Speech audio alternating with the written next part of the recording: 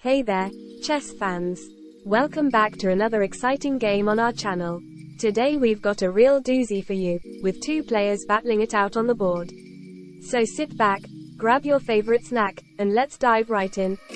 Today, we have an exciting chess game between Iquan_Nazir, playing white, and Urshan_Palaka, playing black. The game was played on March 29, 2023, on chess.com, and we have the PGN available for analysis. The opening played was the Caro-Kann defense, and we saw white, Iquan_Nazir, playing 3, e5, advancing the pawn and gaining control of the center. Black responded with 3, bf5, aiming to develop the bishop and contest the center. White continued with 4, bd3, exchanging the dark squared bishop, and black recaptured with 4, bxd3. The Caro-Kann defense is a popular chess opening for black, characterized by the moves 1, e4 circa 6. The advanced variation of the Caro-Kann defense arises after 3, e5, where white aims to control more central space. Black's reply, 3, bf5, is a developing move, preparing to castle kingside and freeing the c8 bishop. The move 4, bd3, played by white, exchanges a bishop for a knight, removing one of black's minor pieces and potentially weakening their pawn structure. This opening is known for its solid and defensive nature, with black often aiming to counterattack in the center or on the queen side. The pawn structure can often become locked, with white's pawn chain on e5 d4 c3 preventing black from advancing in the center. However, black can also aim to attack on the king side with moves such as h6 and g5, putting pressure on white's pawn structure. Overall, the Caro-Kann defense, advanced variation is a strategic and positional opening, with both sides aiming to control central space and develop their pieces in a solid and secure manner.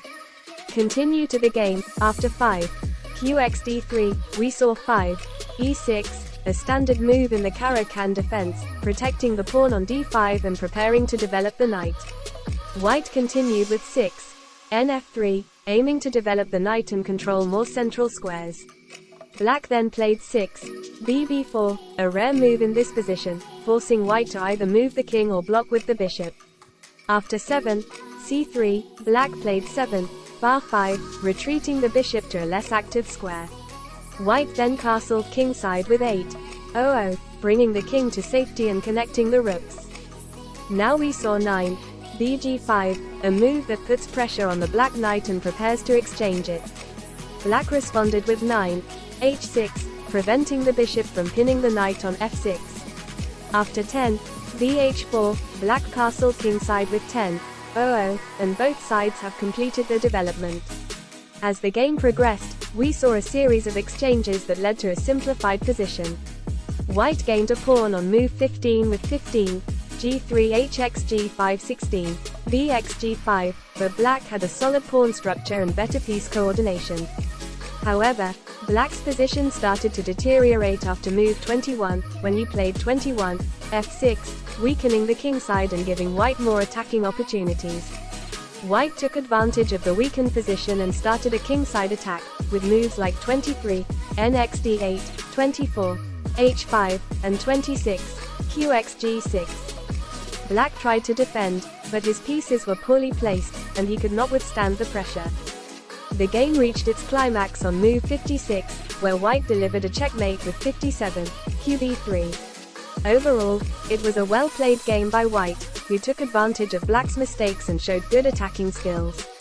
Black had a solid position at the start, but his decision to weaken the kingside with 21, f6 proved to be costly. In this game, we see white, Iquan_Nazir, playing the aggressive advanced variation of the Caro-Kann defense, while black, Urshan_Palaka, tries to counter it with a bishop fianchetto on move 3. However, black's 7, bar5 and 12, bd8 moves seem to be a bit slow, and white gradually gains space and control over the board.